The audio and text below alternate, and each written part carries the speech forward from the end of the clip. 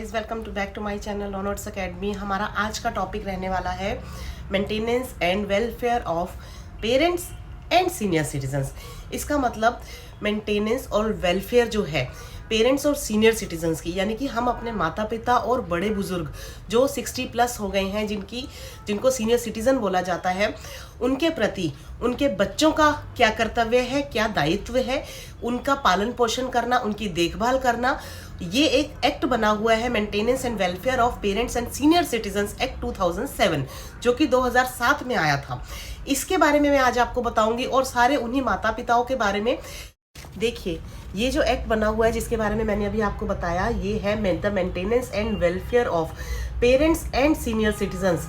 Act 2007। ये act जो है, ये एक्ट पास हुआ था 2007 में, और ये स्पेशली इसीलिए बनाया गया था, ये देखते हुए आज के माहौल को, कि बच्चे जो अपने माता पिता का या बुजुर्ग दादा दादी का ध्यान नहीं रख रहे हैं, या वो पेरेंट्स जिनका कोई बच्चा ही नहीं है, उनकी इस हालत में, इस एज में, एक एज आ जाती है जब उन्हें बच्चों की बहुत ज़रूरत होती है। इस एज में वो उनके बच्चे उनका ध्यान रख रहे हैं या नहीं रख रहे, प्रॉपर इस एक्ट के थ्रू, इस एक्ट के अंदर बताया गया है। इसके सेक्शंस के अंदर डेफिनेशंस दी गई हैं। पेरेंट्स की दी गई है डेफिनेशन। पेरेंट्स के अंदर जरूरी नहीं है वो पेरेंट्स सीनियर सिटीजन्स हो, पेरेंट्स कोई भी हो सकते हैं, वो आपके माँ बाप हो सकते हैं, स्टेप मदर स्टेप फादर भी हो सकते हैं, ठीक है। और चिल्ड्रन की डेफिनेशन भी दी गई है इसके अंदर, और सारी डेफिनेशंस इसकी सेक्शन 2 के अंदर दी गई हैं कि पेरेंट्स कौन होंगे, बच्चे कौन, किसको माना जाएगा। अगर जिस माँ बाप के बच्चे नहीं हैं तो उनके बच्चे, वो उनका ध्यान रखने के लिए इस एक्ट के थ्रू वो माने जाएंगे जो उनके लीगल हेयर हैं, यानी कि उनकी संपत्ति पे बच्चों के अलावा किसी और का जब अधिकार हो जाता है, उनके भाई के बच्चे, भाई बहन, या उनके बच्चे, या उनकी बीवी, या माँ बच्चे खुद नहीं हैं, पोता पोती हैं, नाती हैं, बेटी भी नहीं रही अगर अभी नहीं है तो उनके बच्चे माने जाएंगे। अगर बेटा बहू नहीं है, पहले थे अब नहीं है, अगर इस दुनिया में अभी नहीं रहे, यानी कि उनके अगर बच्चे हैं, अपने बच्चों के बच्चे, यानी कि पोता पोती हैं या नाती नातिन हैं, तो वो भी लीगल हायर माने जाते हैं। इंडियन सक्सेशन एक्ट के अंदर ये सारी सक्सेशन की एक लिस्ट पूरी बनी हुई है कि किसी भी व्यक्ति के लीगल हेयर कौन होंगे, यानी कि खुद पहले दादा दादी, फिर उनके माँ बाप, उनके बच्चे, उसके बाद उनके बच्चे, उसके बाद उनके बच्चे, कौन कौन, एक सीरियल वाइज एक देखिए, इस एक्ट के अंदर जो मैं आपको डेफिनेशंस बता रही हूँ, इसमें रिलेटिव्स की भी डेफिनेशंस दी गई हैं।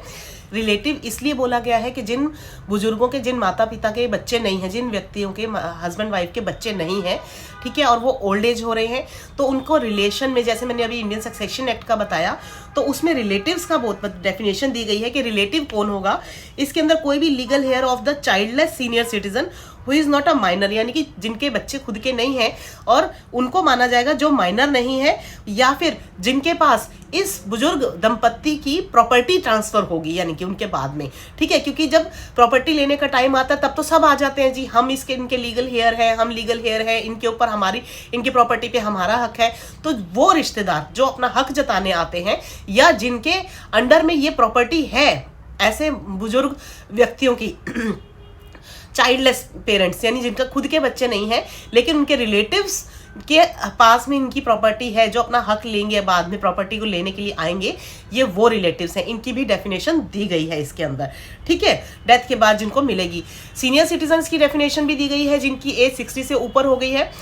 और इसके अंदर ट्रिब्यूनल की डेफिनेशन दी गई है, क्योंकि ट्रिब्यूनल जो है इसके अंदर वही सारा, इसके अंदर मेंटेन एंड वेलफेयर, जो मेंटेनेंस एंड वेलफेयर है सीनियर सिटीजन्स की और पेरेंट्स की, वही देखता है इसके अंदर, ठीक है। इसके अंदर जो स्टेट गवर्नमेंट है, और स्टेट गवर्नमेंट को सेंट्रल गवर्नमेंट के थ्रू ऑर्डर दिया जाता है, और स्टेट गवर्नमेंट जो है अपना ट्रिब्यूनल एक बना के इसके अंदर लीगल हेयर डिसाइड करती है, और मेंटेनेंस एंड वेलफेयर की पूरी प्रॉपर अमाउंट फिक्स करती है कि कौन कौन इसके अंदर लीगल हेयर बनेगा, और इनकी ड्यूटी होगी कि यही इस व्यक्ति, बुजुर्ग माता पिता को या बुजुर्ग दंपत्ति की देखभाल करेंगे, और उनका खर्चा, दवाइयों का, खाने पीने का, रहन सहन का, कपड़े का, हर चीज का खर्चा ये उठाएंगे। तो ये डिसाइड किया जाता है ट्रिब्यूनल के थ्रू, ठीक है। इसके अंदर सेक्शन 4 जो है maintenance of parents and senior citizen, इसके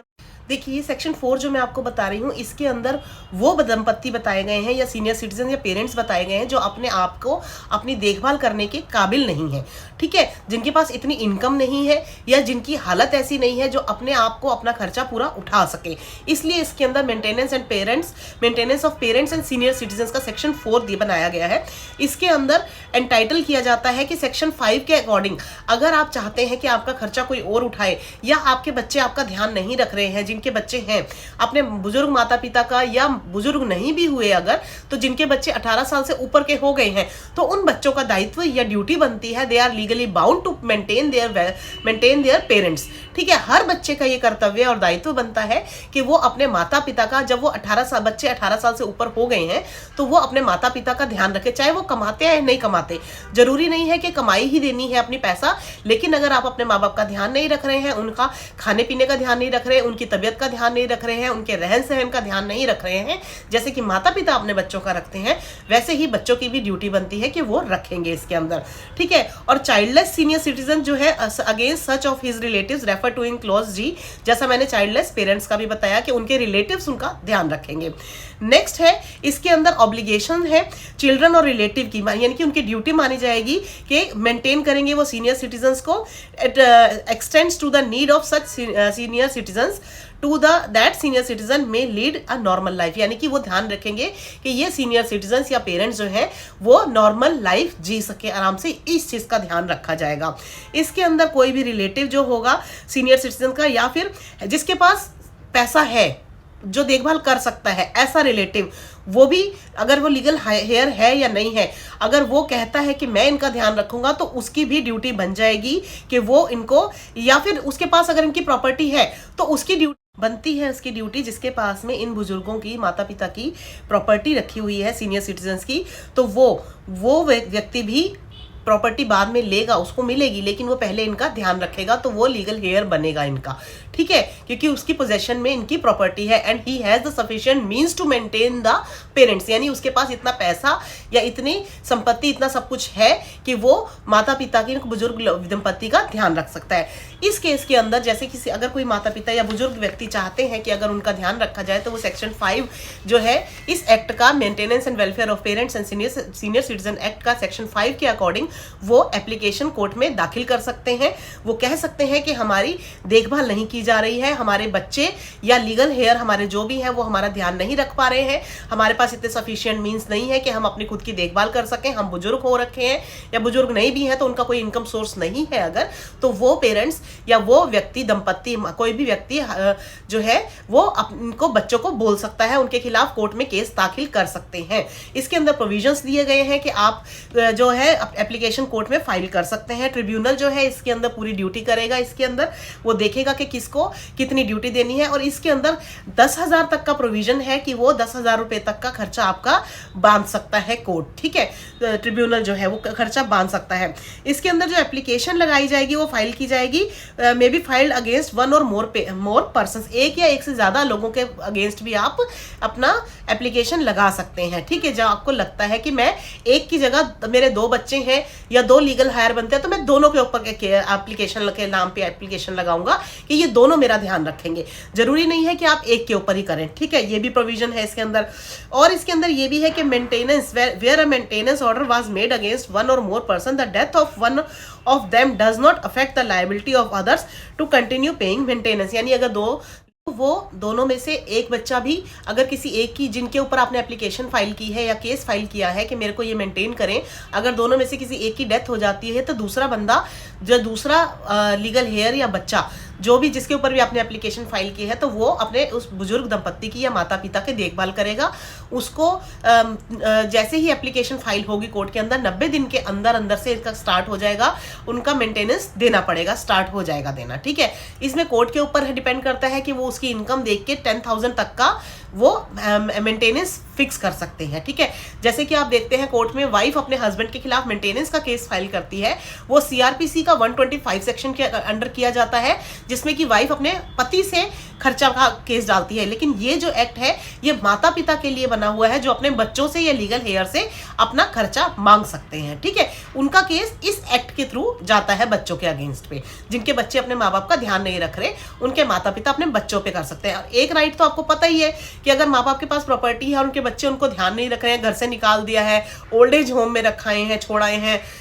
खर्चा नहीं दे रहे हैं, अपने बच्चों को प्रॉपर्टी से आप बेदखल कर सकते हैं। आपके पास पूरा राइट है, अगर वो प्रॉपर्टी आपने खुद ने खरीदी हुई है तो आपका पूरा राइट है, आप अपने बच्चों को, ऐसी औलाद को, ऐसे बच्चों को जो अपने माँ बाप का ध्यान नहीं रख सकते, उन बच्चों को प्रॉपर्टी से आप बेदखल कर सकते हैं। ठीक है, बेदखल नहीं करना चाहते हैं तो उनसे खर्चे का केस डालिए उनके ऊपर, मेंटेनेंस का, जो कि जिसके बारे में मैं आज आपको बता रही हूँ। ठीक है, इसके अंदर मैंने बता दिया कि भी एक से ज़्यादा पे भी कर सकते हैं। और अलाउंस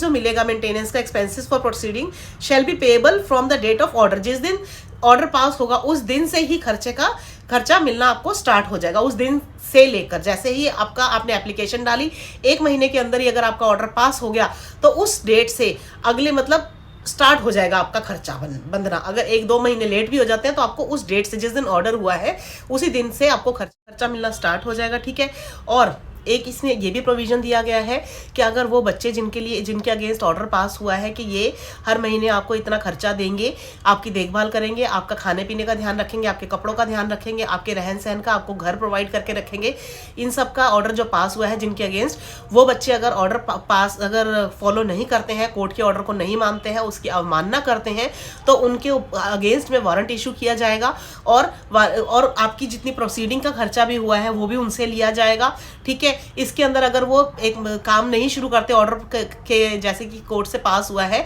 अगर वो खर्चा पानी देते नहीं है तो पहले तो उनको 1 महीने तक की सजा मिलेगी। ठीक है, उसके बाद में इसकी सजा 3 महीने तक की बढ़ाई जा सकती है। इसके अंदर ये प्रोविजन दिया गया है। तो इसके अंदर ज्यूरिसडिक्शन एंड प्रोसीजर के बारे में भी सारा बताया गया है, जो वहीं पे केस कर सकते हैं जहां पे आप रहते हैं या जहां पे पहले आप रहते थे या जहां बच्चे हैं, उसी ज्यूरिसडिक्शन के अंदर आपका केस इसके अंदर फाइल होगा, या जहां बच्चे रहते हैं या रिलेटिव्स रहते हैं वहां पे भी आप केस उस कोर्ट में भी फाइल कर सकते हैं। अटेंडेंस भी लगाएंगे अपनी, जाके अटेंड करेंगे, है इसके अंदर ट्रिब्यूनल करेगा, इसमें जुडिशियल मैजिस्ट्रेट ही सारी प्रोसीडिंग्स को देखेगा। ठीक है, सारे एविडेंसेस भी उनसे लिए जाएंगे in the presence of children और relatives against whom an order for payment is of maintenance is propose to be made. उनके सारे एविडेंसेस भी सारे के सारे दिए जाएंगे जुडिशियल मैजिस्ट्रेट के सामने। ठीक है,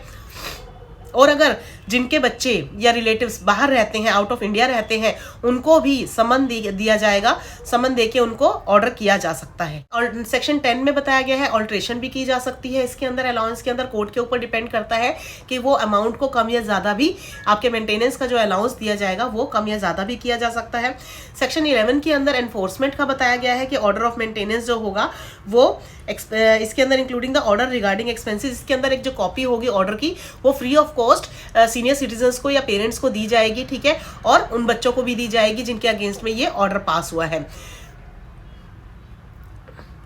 ठीक है, ये सीआरपीसी का जो 1973 का है उसके चैप्टर 9 के अकॉर्डिंग ही इसके अंदर ऑर्डर पास किया जाएगा। उसके बाद है डिपॉजिट कहाँ पे होगा, तो जब ये ऑर्डर पास किया जाएगा अंडर दिस चैप्टर, चिल्ड्रन और relative who is required to pay any amount in terms of such order shall within 30 days of the date of announcing the order, यानी 30 दिन के अंदर अंदर आपको ऑर्डर को फॉलो करना है। जिसके भी अगेंस्ट पे, जिन बच्चों के नाम पे ये ऑर्डर पास हुआ है कि वो बच्चे अपने माता पिता का ध्यान रखेंगे, उनका मेंटेनेंस देंगे, अलाउंस मेंटेनेंस का जितना भी कोर्ट के द्वारा फिक्स किया गया है, वो बच्चे 30 दिन के अंदर ये ऑर्डर को उनको फॉलो करना पड़ेगा। ठीक है, इसके अंदर अवॉर्ड ऑफ इंटरेस्ट भी है कि अगर ट्रिब्यूनल कोई ऑर्डर देता है, मेंटेन करता है, may direct that an addition to the amount of maintenance simple interest shall also be paid to such rate, मतलब 5% के हिसाब से फिर उनको, अगर वो नहीं देते हैं बच्चे तो इंटरेस्ट लगा के उनको फिर देना पड़ेगा 5% के हिसाब से। ठीक है, तो ये था इसके अंदर। आप इसके अंदर एपिलेट ट्रिब्यूनल भी है, अगर आपका नहीं माना जाता है, अगर बच्चे नहीं करते तो एपिलेट ट्रिब्यूनल में जा सकते हैं। सेक्शन 15 के अकॉर्डिंग इसमें बोला गया है। ठीक है, वो हर डिस्ट्रिक्ट के अंदर बनाया गया है।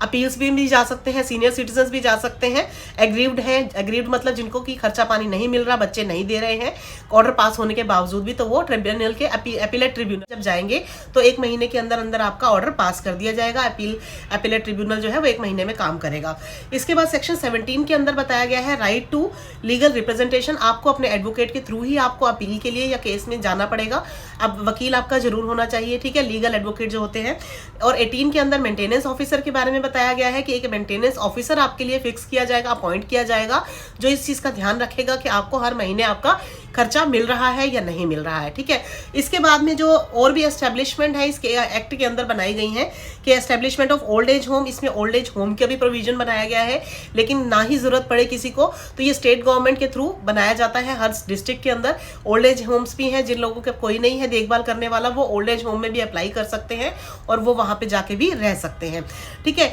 इसके अंदर provision for medical care of senior citizen भी है। सेक्शन 20 के अंदर बताया गया है कि स्टेट गवर्नमेंट जो है वो इंश्योर करेगी कि गवर्नमेंट जो है वो हॉस्पिटल्स, गवर्नमेंट के हॉस्पिटल्स आपके लिए हो, आपको फ्री ऑफ कॉस्ट आपका ध्यान रखा जाए, वहां पे आपका इलाज किया जाए, सेपरेट क्यू आपके लिए, बुजुर्ग लोगों के लिए, सीनियर सिटीजन के लिए अलग से लाइनें हो, आपको ज्यादा देर वेट ना करनी पड़े, ठीक है। फैसिलिटीज ऑफ ट्रीटमेंट की जो है क्रॉनिक है, terminal and degenerative disease is expanded for senior citizen sorry, मतलब आप लोगों के लिए, सीनियर सिटीजन्स के लिए अलग से लाइन, अलग से फैसिलिटीज भी प्रोवाइड की जाएंगी। इसका भी प्रोविजन इस एक्ट के अंदर है। अगर कोई आपकी बात नहीं सुनता है, अगर आपका ध्यान नहीं रखता, आपकी ये सारी बातें नहीं मानता है, तो आप उनको बता सकते हैं कि हमारा लिए एक्ट कानून बना हुआ है, सेक्शन 20 के अकॉर्डिंग हॉस्पिटल्स में हमारे लिए अलग फैसिलिटीज का सेक्शन 20 बना हुआ है कि गवर्नमेंट के द्वारा हमें ये चीज़ों की फैसिलिटी मिलेगी। हमारा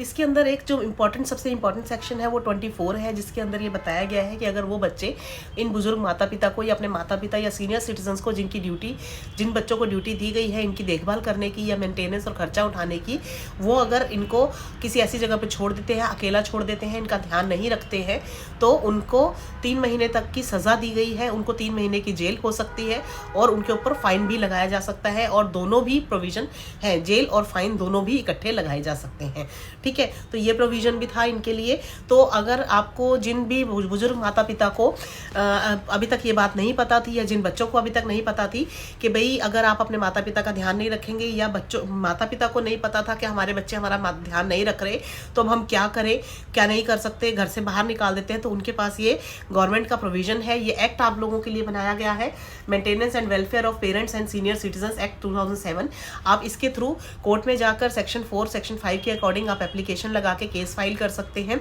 अगर आपके पास पैसा नहीं है तो आप सरकारी वकील भी इसके लिए हायर कर सकते हैं, आपको कोर्ट के द्वारा सरकारी वकील भी मिलेगा। और ज़्यादा जानकारी के लिए आप मुझे कॉल कीजिए, मैसेज कीजिए, मैं आपकी हेल्प करने के लिए बैठी हूँ हमेशा। वीडियो पसंद आया हो तो लाइक, शेयर और सब्सक्राइब जरूर कीजिएगा। और जिन लोगों को ये वीडियो मेरी नॉलेज पता लगा, पसंद आया है, अपने कमेंट भी कीजिए। अगर आपकी कोई क्वेरीज है तो आप मुझे कमेंट करके जरूर पूछ सकते हैं। मेरे चैनल पर नए हैं तो अभी सब्सक्राइब करके बेल आइकन प्रेस कर दीजिए, ताकि आपको ऐसे ही और वीडियोज़ की और अच्छी से अच्छी जानकारी मिलती रहे। Thank you so much. Have a nice day. Take care. Bye bye.